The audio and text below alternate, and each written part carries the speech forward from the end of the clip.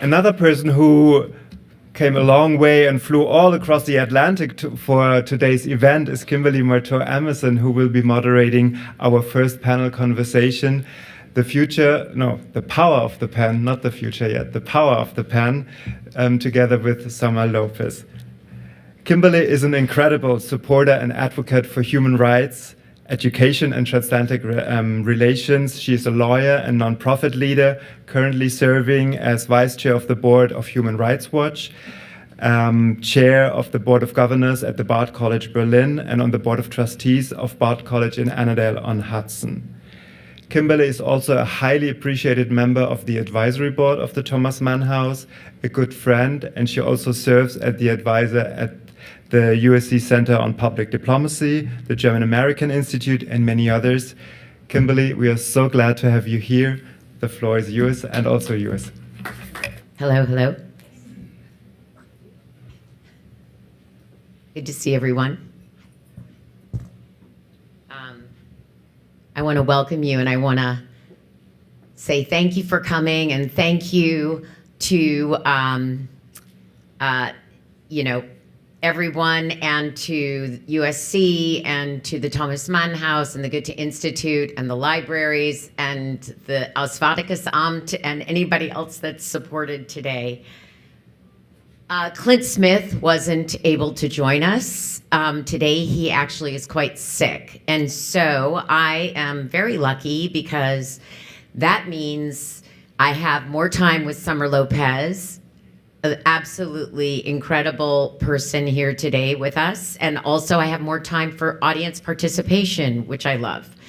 So after my conversation with Summer, I'm going to open it for your questions. So if you do have something that's sparking you, please feel free. We will have a microphone in the audience.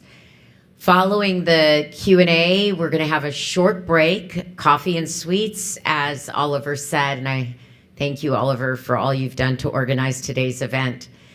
And then once you grab some coffee and sweets, please take a closer look at Adele's extraordinary sculptures, which Teddy will explain to us what they are about a little bit later. And then we'll start again with this phenomenal performance of Kokai and close out with our final conversation, Democracy Will Win. It's such a privilege to gather here on the USC campus in Washington, D.C. for this highly relevant symposium held in celebration of Thomas Mann's 150th birthday. Thomas Mann was a writer whose legacy continues to shape our understanding of literature's role in public life. Mann was not only one of the towering literary figures of the 20th century. As we have already heard, he was also a defender of liberal democracy, a public intellectual who refused to remain silent in the face of rising authoritarianism. And as an exile in the United States, he made his case not just through fiction, but through radio broadcasts, essays, and lectures. He appealed to reason, not as an abstraction, but as a bulwark against cruelty, propaganda, and fear. Mann once said, "Democracy is not a matter of course. It is a spiritual and moral decision that must be made again and again." That insight feels just as relevant today to me across both sides of the Atlantic as we witness democratic erosion, rising authoritarianism, and an increasing willingness to silence dissent. As a human rights advocate, I've seen firsthand that defending democracy isn't just about institutions, it's about voices, about whose stories are told, whose histories are erased, and who has the courage to speak when silence would be safer. In this panel, The Power of the Pen, we'll explore how literature, poetry, and literary institutions contribute to democracy, not just in theory, but in practice, how the written word can bear witness, push boundaries, and offer new ways of seeing. Mann also once said, "A writer is someone for whom writing is more difficult than it is for other people. That difficulty often lies in the stakes, in speaking truth when the truth is dangerous, or in holding a mirror up to power when power doesn't want to look.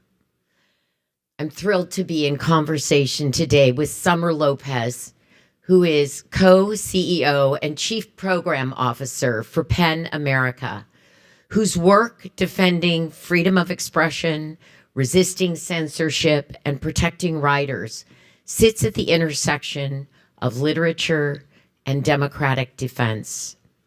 Together, let's reflect on the role of writers and institutions in a time of democratic fragility and what it means to keep faith in the power of language when the stakes are high.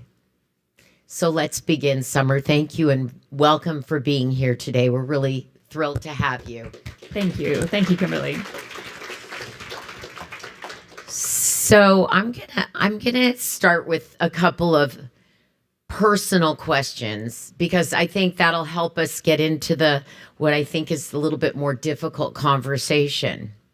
Let's start with, was there a book or a writer or a moment earlier in your life that made you realize the power words can have, not just to move people, but to change how they think? There was actually, and I just want to say thank you again as well. It's such an honor and a pleasure to be here and part of this amazing event. I was a voracious reader from a very young age, and there were many books that meant a lot to me growing up. But when I was a senior in high school in my AP English class, we read Toni Morrison's Beloved, which is, of course, also one of the most banned books we see around the country. And that was definitely the book that kind of blew my mind. And I always say it's the book that made me an English major. And I think being an English major probably led me pretty directly to working for PEN America some years later. So I think, I think of that as a very foundational experience for me. And I think about the teacher, the late Judy Dunbridge, who trusted us to read and understand a book that does have mature themes, that is extremely challenging and addresses some of the darkest moments in our country's history, but does it with such power and beauty of language that it really, the impact of that is dramatic, and it was very dramatic for me. Well, thinking about Beloved then and what an impact it had on you, is there a particular writer, living or not, whose voice is especially in your mind these days, today, as you do your work? There are a lot, really. I mean, I think in terms of, especially just over the past few months, I think that Masha Gessen's writing in the New York Times has been extremely resonant for me. And I think that they, speak with a real clarity about the type of moment that we're in and the type of complex calculations that people are making in a moment like this. And they speak from their experience in Russia and, what we need to kind of learn and understand about what we're facing right now and what we can understand from other countries and other people's experiences, which I think is part of what writers, can bring to us. I will say I'm actually really sad that Clint didn't join us because some of his pieces recently have also been extremely powerful. His piece about the National Museum of African American History in the Atlantic a few weeks ago was also a really resonant one. So I feel like a lot of the people who are kind of commenting, in real time on this moment that we're seeing are very important for me right now. I really liked Masha's opinion piece in the New York Times about what universities need to be doing in order to combat, this was about a month ago, combat this moment and how they should get together. But the second half of the column was him lauding Bard College, where I sit on the board, for the vision of its founder and how he feels that, what the purpose of education is acquiring knowledge, not protecting your endowment. And I think we've seen a lot of movement in the university system since then, which has been positive. But at the moment, they needed a call to action. Just to contribute my own thought, because when I was developing that question, I was also thinking, like, are there writers that have had an impact on me? And I will say that Percival Everett, who wrote the book James, in case anybody has read it, which is a retelling of the adventures of Huckleberry Finn through the eyes of Jim, the slave. And in Everett's version, Jim is a literate man. He's incredibly smart and thoughtful. He's kind of living a parallel life. But he has to hide that life in order to survive in a racist world. And the book goes into these themes of identity, language, freedom, and the hypocrisy that was baked into kind of American history and culture and literature. And it's a pretty strong book. I really recommend it. I think it was a runner-up in the Booker Prize last year. But it's also what struck me about it is that it makes you think about who gets to tell their story and who doesn't. And we're going to get into some more questions about that. But it also reminded me, and we were talking about her earlier, Chimamanda Ngozi Adichie, who gave a 2009 TED Talk about the danger of a single story.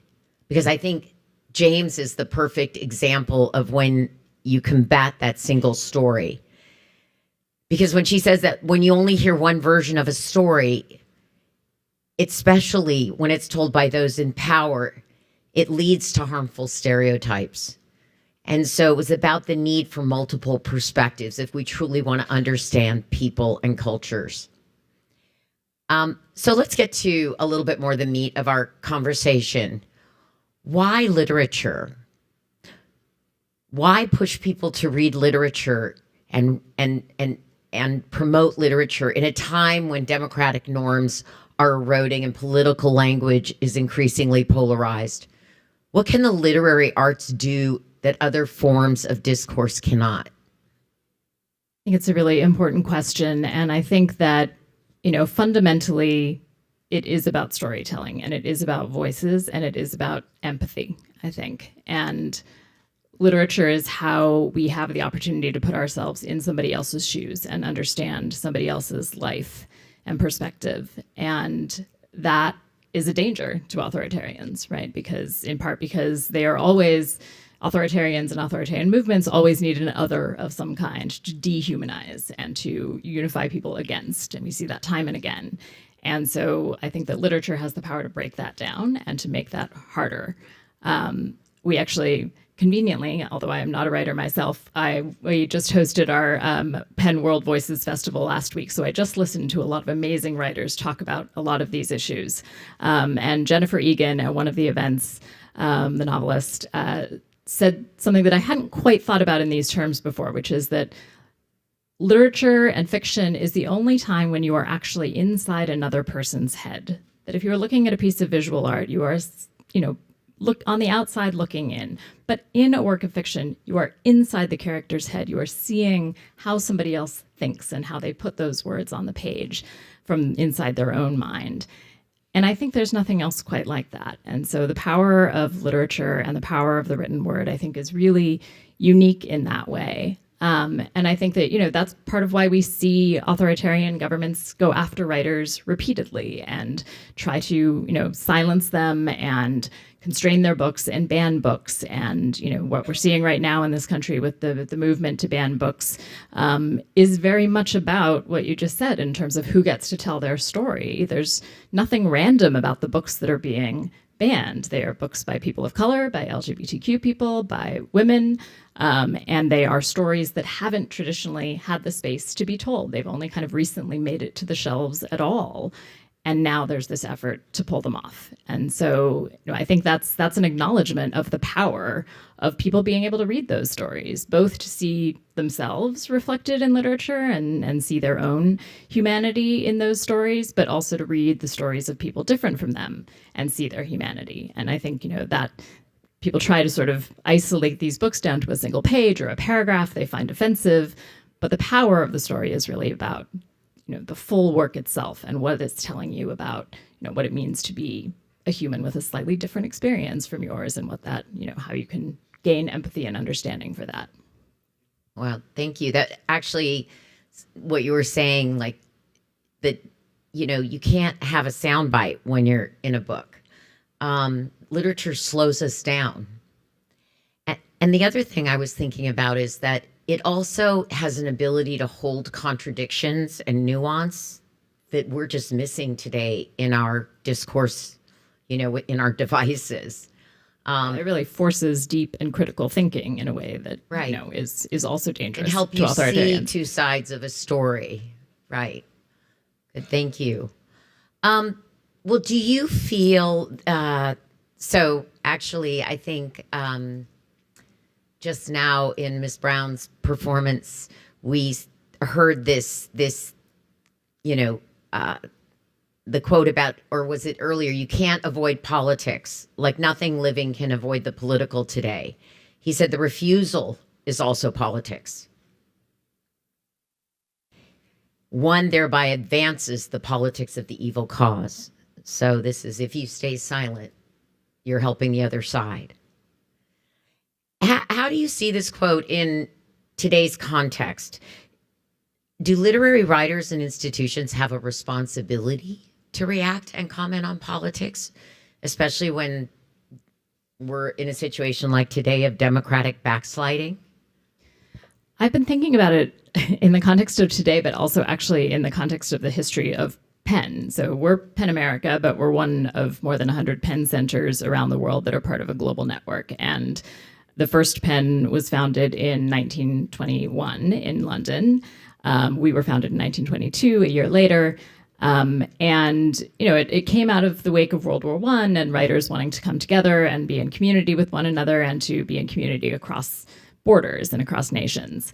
But they saw themselves as not political for a while. And that was part of their thinking. They sort of explicitly said that. And not dissimilar to Thomas Mann, it was the rise of Nazism in Germany that changed that and kind of made them realize that they couldn't pretend to be a not political entity. And that was sort of the foundational experience for them in terms of going through World War II and having to support and protect writers facing threats under fascism and those who had gone into exile.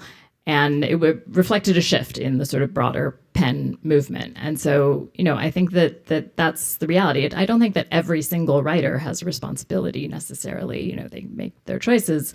And many writers write on many different issues and things. But I think that the voice of writers is so important in these moments, and they are inherently independent voices as well, right? They're speaking for themselves, and they have the power to help us understand the moment that we're going through, to put it in historical context, to think about the implications of the decisions we're making in a moment like this, and most importantly, to envision the future and to envision a different opportunity. And again, I think that's, really where they get why they are so frequently targeted, because the opportunity to, help people to imagine and to be inspired and to think about what an alternative reality could look like is a threat. And so, I do think that there's real importance in hearing from writers and from literary institutions in a moment like this. And I think all institutions, again, have a real responsibility to think about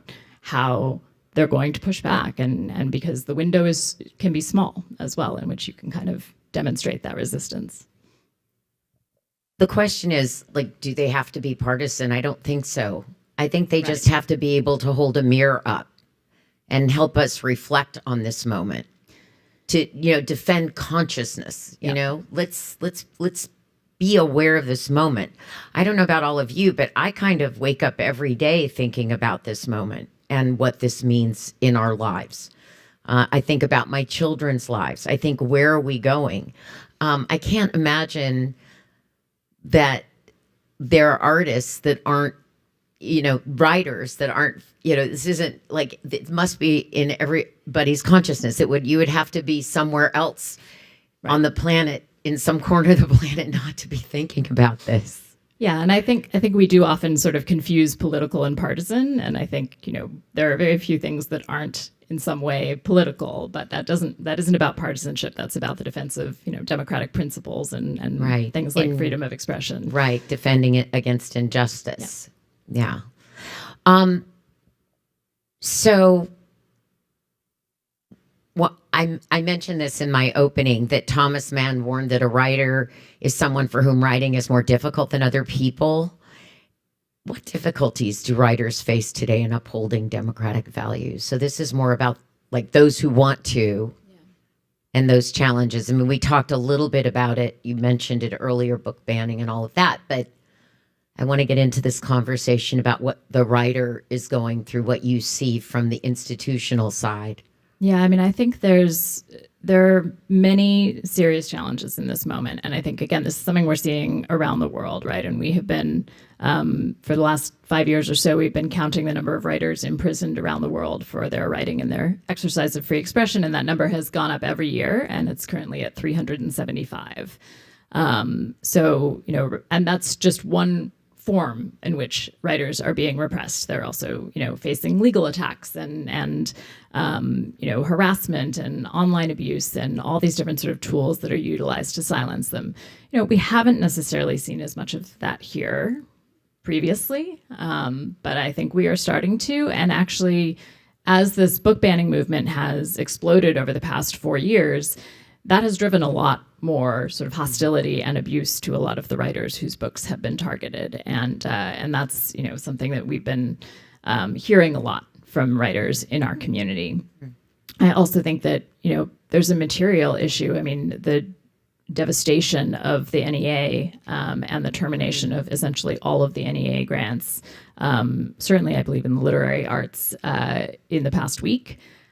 I don't think anybody really understands what that is going to mean for the cultural sphere in this country. The books that aren't going to get published or translated, the plays that won't get produced, the museum exhibits that won't happen. I mean, the impact of that is going to be dramatic. The fellowships that people won't be able to go to. And again, I think the impact on particularly sort of emerging writers and writers representing a diversity of voices that haven't always had that access is going to be very significant. And I think that, there's also just a question right now, obviously, of is there a risk to speaking out? And that is a real challenge that I think writers in the U.S., again, haven't always had to consider, and certainly now, consider if you are, not a citizen, you're going to have to take that into consideration. And that should not be the case in a democracy. Right. We're already seeing freedom of expression threatened in this country.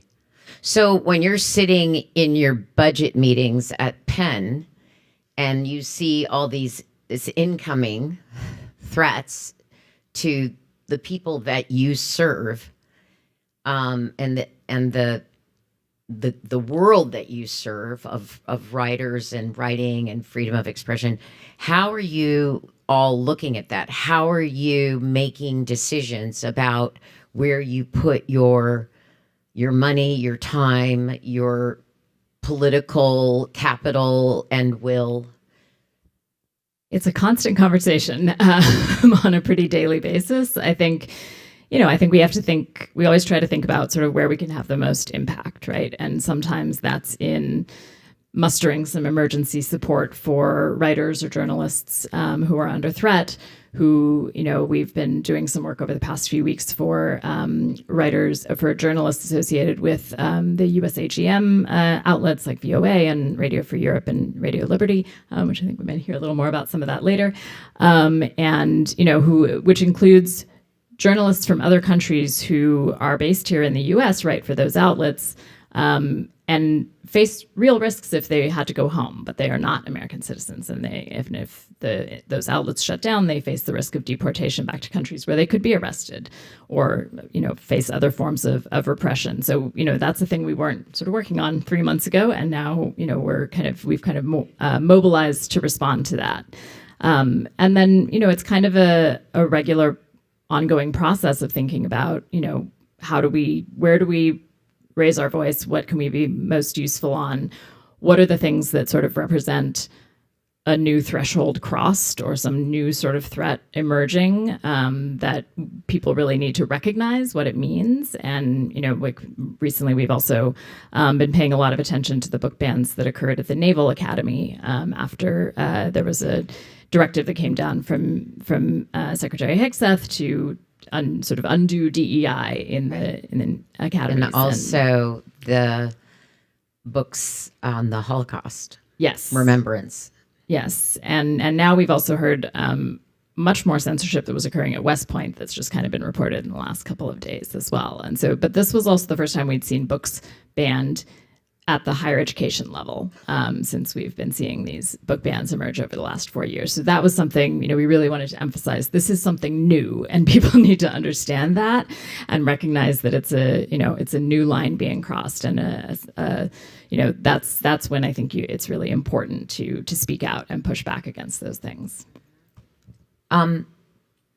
So I also think that one of the things we can do is to support writers at this time is to really highlight those that are most under threat. I know at Human Rights Watch back in 2012, we actually had a grant program where we had 41 journalists and authors and poets and bloggers who we honored in order to shine a light on them, because sometimes when you have you bring attention to people under threat, this was outside of the United States, you protect them a little bit more. Do you have who are your partners? Are you guys now reaching out into the bigger NGO community to work with other organizations? Yes, absolutely. We have a wide range of partners we work with, Human Rights Watch certainly among them. And I always say PEN is a little interesting in part because we kind of sit at the intersection of a lot of different communities in civil society. So, we're part of the literary and creative and artistic community. We're part of the press freedom and the international human rights communities, and the higher education community, where we've done a lot of work on sort of free speech issues on campuses and academic censorship. And so, I think one of the things that I'm finding hopeful in this moment, and that may not be super visible to people, is that those communities really are coming together. And I think civil society is very activated and has seen, the ways in which the administration has been able to sort of divide and conquer within the law firms and within the universities. And I think, I have the real sense from a lot of civil society that, there's not an interest in letting that happen. And so, there was some anticipation a few weeks ago that some executive orders might come down targeting the nonprofit sector. It didn't happen, but there was a lot of mobilization and commitment to... I think there was a Zoom with 5,000 people on it. Broke Zoom. It did. It broke Zoom. I managed to be on it. And it was very inspiring. And I think, it was both a terrifying moment and also, a moment to feel like, okay, this community understands what's at stake and that we must stand together. Because I think that's, that's the other lesson that you really take from other countries' experiences. And I think civil society is actually most used to that. I mean, right. Forces of mobilizing together, protest and partnering. I mean, we can't work at Human Rights Watch without our partners. Actually, it's very difficult now because we're able to cover such a huge spread of the world, working in 100 countries because of our partners on the ground. We can have one staff person, one researcher who's working with local human rights groups. A lot of those were funded through AID programs. And so we have lost a lot of partners, even though we don't take government money at Human Rights Watch. So we're protected in that side. We have been handicapped overseas.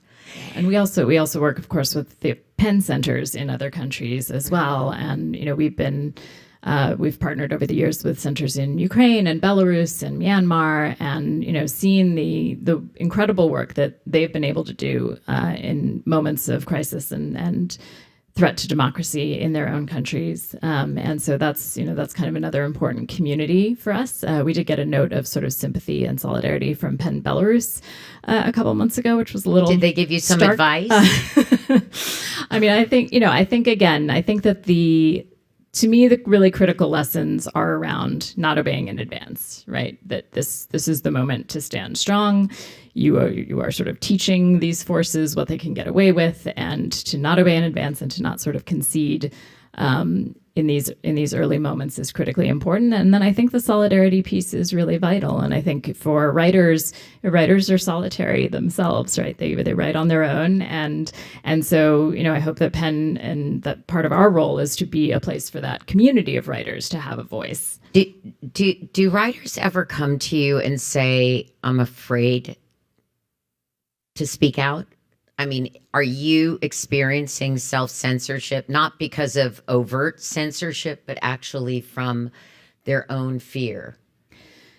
Yes, I would say, it varies. And again, people face varying degrees of sort of threats and experience different levels of vulnerability, based on their identity or citizenship status or other factors. And so, but I definitely think we, as I said, we've also, we see a lot of online harassment as something that writers experience. It's something we've worked on for a long time, more traditionally with journalists. But over the last few years, more and more literary writers are also experiencing that and seeing the ways in which online threats kind of come into their offline lives as well. And so safety as an issue for writers has become a really significant area that they're raising with us and that we're trying to respond to. But that makes it harder for people to feel like they can necessarily speak out, or at least they're having to weigh what those costs might be and what that risk might involve.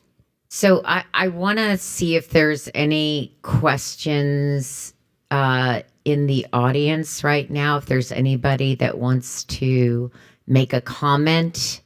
I see someone in the back, please. And if you feel okay to introduce yourself, we'd be happy to find out who you are. Thank you. My name is Ashok, and I have a comment. It's more of setting the context for my question. The context is, I have for the last 40 years worked at the intersection of reason or critical thinking, diversity, conflict management, and democracy. And I came for today's event primarily because of the title, An Appeal to Reason. And I'm glad I did. But here's my concern, and I'll again establish the context. I got really interested in democracy and freedom of expression in 1989 with the banning of Salman Rushdie's book in India. And I've always been a lifelong extreme liberal. And in India, extreme liberal is, particularly in those days, it wasn't particularly safe to do so in conservative families. And I was astonished to see that the entire liberal, secular Indian community was against Salman Rushdie. I was astonished at the lack of support of writers and leftists. They refused to stand up, and I get emotional talking about this because they didn't want to offend Muslim and minority sentiments. Now, fast forward to his getting knifed. I'm in the US. Incidentally, I continue to do a tremendous amount of work with the Muslim community, so I know them at a personal level. And I reached out to my Muslim intellectual friends and said, aren't you going to say something? Not a single one was willing even to raise their voice in their own community. Forget about putting out a public statement, okay? I also want to, as context, talk about the fact that progressive America has neither been democratic nor reason-based. It's a moral stance for DEI, etc. And someone like me, who's a liberal and who's worked for these things, I've been completely cancelled by my peer groups in the diversity world, the democracy world, and the conflict management and peace building world. So my question to you is, it's easy to resist and critique this administration. Boy, they're asking for it. But why are we incapable of self-reflection? Why do we are equating democracy with multiple voices, not with reasonable voices. Most of the voices are angry. They are coming from a place of self-interest for their special interest groups. They're not talking about the importance of critical thinking. In fact, critical thinking, when I ask questions, they don't even want to engage civil society. Thank you. I'm just putting it out there. No. It's a great point to raise. Summer, do you want to? I'm happy to, and I think it's a really important point. And actually, one of the things I had meant to say was that one of the things we've also heard from writers, and actually it came up at the festival last week as well, and I think it was Chimamanda Ngozi Adichie who said it, was that her sense that she needs to self-censor, which she's committed to not doing, but the pressure she feels to do that did not start 3 months ago. And much of it has come from a broader sort of cultural movement of, what stories do you get to tell and what things can you say? And that, she said we shouldn't forget that has also come from the left. And so, I think that's important. And I think that we at Penn, the work that we do in higher education now started out with work we were doing on campuses 6-7 years ago, when a lot of it was students calling for controversial speakers to be canceled, right? And that work really came out of the concern that a rising generation was kind of losing a sense of what it means to defend free speech and what a principled defense of free speech really looks like. And that means defending the speech that offends you as well, or the right of that speech to be heard and expressed. And so, it is my perhaps slightly naive hope that this moment might help demonstrate for people the risk of letting the powers that be decide what speech is acceptable and what isn't, because that is not a power we want to put either in the hands of the government or in the hands of the billionaires that own the social media platforms. And the importance of maintaining that space for open dialogue and for the speech that is the most controversial is a key part of this defense of democracy in this moment. So I think, I do think that's a really important piece of it. And I think that's, to be principled defenders of free speech is hard. Sometimes it's really unpleasant, but it's really, really important. And I think Salman Rushdie has been an exemplar of that. And he's been a key part of our organization. He was past president of PEN America, and I think his life really symbolizes the importance of that as well. And maybe that also kind of addresses one of the questions I was going to ask you, which is, what do you think are the blind spots of the literary world? But where are writers and institutions falling short? What are they not doing enough of? And this potentially slightly related to also your question. Yeah, I think that, again, I do think this is a moment of kind of reflection for a lot of institutions. And at PEN America, we talk sometimes about sort of knowledge institutions in terms of sort of the publishing houses and bookstores and libraries and museums, places that have a sort of responsibility to ensure that people have access to this diversity of ideas and to reason and all of these things. And I think those are institutions that have come under a lot of pressure in recent years in sort of a cultural sense, and are now coming under more political pressure as well. And so, I think that can be, and it's hard to say sort of falling short, in part because I feel like they're also all about basically like losing tons of funding as well. So it's, I think there's a balance between what we want them, what we hope those institutions will do in terms of defending principles of free expression and ensuring access to stories and information and making space for open dialogue and disagreement, as well as, they're going to be facing real challenges. And I think there is a need to kind of rally the community as well in this moment and to think about how we can. Are you able to activate local communities?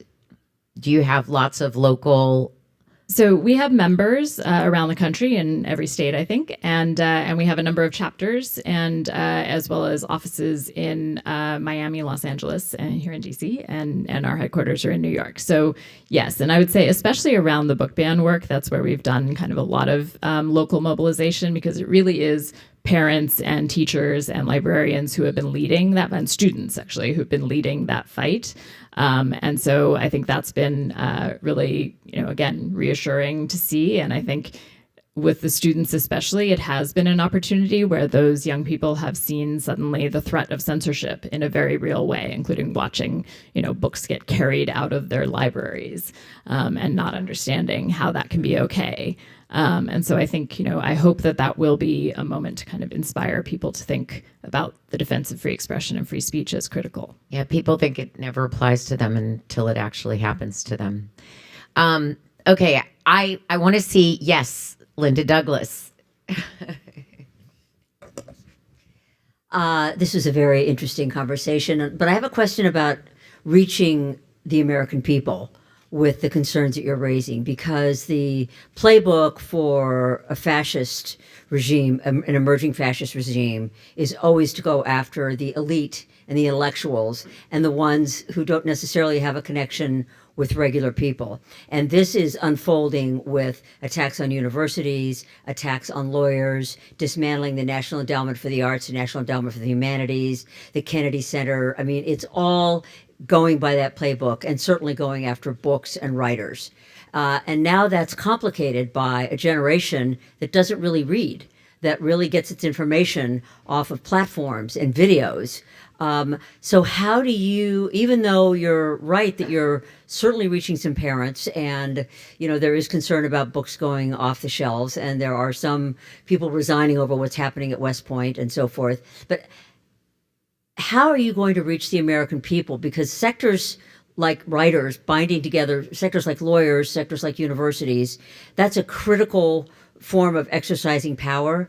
But again, how are you going to reach the people whose opinions are going to matter to this administration? Yeah, it's an excellent easy question. Thanks, Linda. And it's a real challenge. And I think that, it goes to this point about, writing and literature is important because it makes us slow down and think critically, but that is not what most people are doing, right? Most people are on their phones, and I'm on my phone a lot too, so no judgment, but I think that is a real issue in this moment, and I think that part of it is that there are writers who have real reach, and we have seen moments like that. We have Jodi Picoult on our board, and she has a tremendous following of people who really listen to her. And when she, when we have a video of her on our social media, it goes wild, And so I think there are writers who have that reach and that voice, and it's also really important that we hear from them. When Amanda Gorman had her book banned in Florida a couple of years ago, again, when she speaks to her followers, that has real impact. And so it's not, writers obviously represent a sort of elite community, but I also think there are many of them that really do have reach to a broad range of Americans. I think we have to think about, getting outside the box as well. And are there influencers or other folks who can be, literary speaking podcasts, right? Yeah. Can we get into more of these spaces? You're not reaching the right audience yet. It's almost like you've got to get those influentials onto the right podcast. It's worth kind of strategically thinking about it. I mean, of all the institutions that could potentially do this, it's you guys. I don't know. Right. And I think the connections with sort of the entertainment industry are also, really important, because that's, it's entertainment writers in the entertainment industry, have the ability to kind of put stories out there and put themes out there that are going to reach a much broader audience. So, I think there is impact to be had through the written word and through writers that can have a broader reach too. So it might be worth, I don't know if you guys have anybody who does actually talk to the agencies, because at Human Rights Watch, we have someone who is our basically connection to Hollywood. And I would say a couple times a year, a couple of the big agencies bring in their talent and we pitch them stories. We pitch them human rights stories. but it's not enough. It's too slow. It's like, how do you flood the zone in a way that we're being flooded the other way? But it is something that I think, unfortunately, now is a responsibility without these federal institutions anymore supporting, these freedoms, that civil society that can get away with it and not. We're all also facing risks in civil society. So, I think about like what it's like to write in exile. Like, how did that feel for Mann? I don't know, if anybody has thought about that, but to actually leave your home country and then to turn around, it feels different. I think it feels different. You're not home anymore, and you're not experiencing it directly anymore. You're only experiencing it through witnesses and messages and communications. And so, I know that we all want to hold on to a place here in our society where we can continue to resist. And I've kind of moved a little bit more to the political. I do want to get back to the point that was made earlier about how we need to be looking at all sides of our political thought, and the ones that cancel us are probably also need to be reflected on. I want to see if there's any more questions. I think we have time for sure one more question. So please go ahead. And your name, please? Hi, thank you. I'm Jonathan Skolnick. I teach German at University of Massachusetts. I have a reflection and two short questions on the subject of Thomas Mann, democracy, anti-Semitism, art, and politics. In his radio speeches and his political interventions, Thomas Mann showed absolute clarity, spoke very forcefully against anti-Semitism. In his art, it's much more ambivalent, even dangerous. His first novel of the Joseph series could be published in Nazi Germany. It wasn't clear if he'd go into exile right away. His work throughout his exile, full of ambivalent, painful, really cringy Jewish characters and stereotypes. So my question is, what do you think that Thomas Mann, and this theme especially, says to our times, when the political discourse is always seeing sort of anti-Semitism through the telescope and not on the mirror? It's always on the other side. It's not on my own camp. And also, politics clearly has to appeal to reason. Does art have to always appeal to reason? And how did Mann, and how do we deal with that when it actually doesn't? Hans. Somebody want to give a microphone to Hans? I think he's the perfect person to answer this question. Where to begin? Let me just remind people of a period in Thomas Mann's life that Jonathan, I think, has in mind. This was the period, the years 1933 until 1936. During those 3 years, Thomas Mann remained silent. He did so on the urgent begging of his publisher, who wanted to be able not just to continue to sell books by Thomas Mann in Nazi Germany, but to have his publishing firm survive.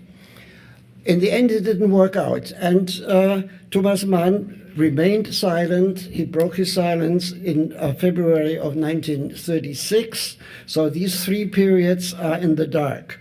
But they're not really in the dark, because there is evidence, we have evidence that after the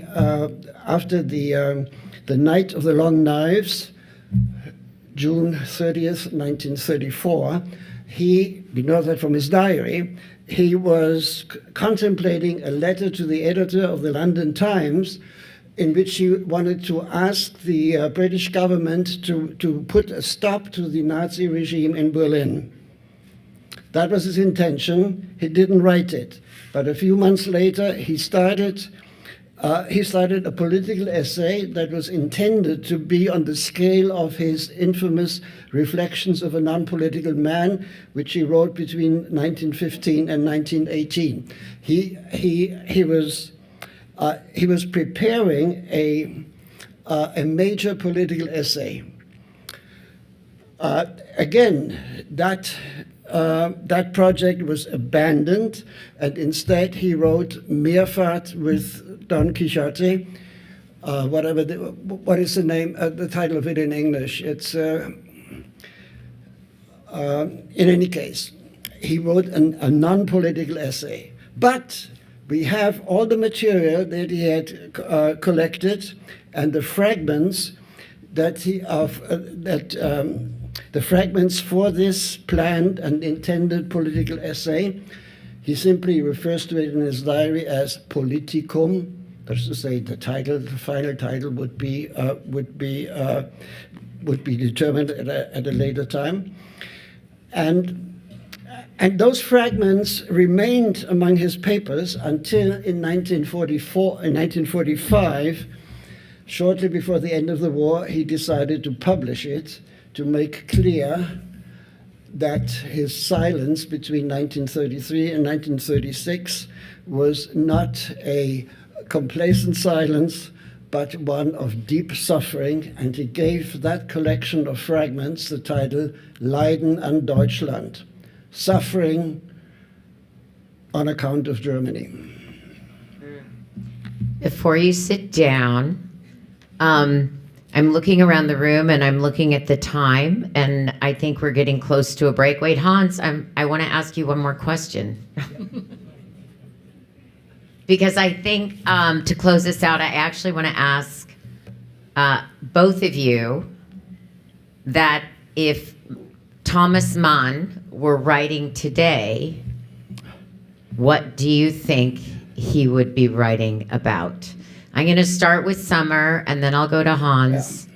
Yeah. And if you have thoughts on that, I can also go the other way. But no, that's fine. I think he would be wrestling with this moment. I think just to answer your question a little bit, I do think that part of what's interesting about him is that he evolved, right? That he reversed some of his positions entirely, and that's, I think it reflects, the importance of also not sort of closing ourselves off to dialogue with people that we might disagree with, because people also are capable of change. And I think this is a moment to, to be open and to engage with a wide diversity of folks who may disagree on many things, but who do agree that we need to maintain the system in which we can have those disagreements freely, and we can have open dialogue, and we can have that space for freedom of expression. And so, I think he would be wrestling with that and the role of the writer in this moment, much as he did then. Thank you. Hans? I assume that he would be writing an essay, a major statement under the title of Leiden an Amerika. He would, and there are enough fragments for us to reconstruct what was in his mind and how he would start his criticism of the Nazi regime in Germany. Number one, the pervasive mendacity. It's the first thing. The most successful lie that the Nazis used in their rise was that Germany did not lose World War I. It was stabbed in the back, and Germany was stabbed in the back by Jews and communists. So this was the most successful lie, and lying is absolutely necessary to get across the whatever you have in mind that is intended to destroy the existing order. So the second thing that he attacked in those fragments, Leiden an Deutschland, was the brutality. He was stunned by, at that time, he was living in Switzerland, and it was not clear how many people were killed and who was killed and why. I'm still referring to the night of the long knives, June 30th, 1934. But he identified as a key element of the Nazi regime brutality, just unrestricted brutality. And then later on, the reflections on Germany's and Nazi illusions of grandeur and of supremacy and global hegemony. I don't think Thomas Mann was aware of Greenland, and he was not in the habit of flying over Greenland as we do when we go back and forth between Europe. But he understood that in order to get the German people really behind him, you have to have some notion of grandeur, and the key word there was Reich, empire. And that was supposed to be extended beyond the German-speaking areas into neighboring areas. You know, what he really wanted was Ukraine. Ukraine and the oil fields in Azerbaijan. This was the one of the main goals of the campaign against Russia. So I think Thomas Mann would start right. If he lived today, he would be writing under the general title Leiden an Amerika. Thank you. I just want to thank Summer for coming here today and being in conversation with us. I think we should all support PEN America. And Hans, thank you so much for coming in there. Really appreciate everyone being here. And I want to invite everybody to grab some coffee and sweets, and we'll reconvene shortly for a wonderful performance by Kokai. Thank you.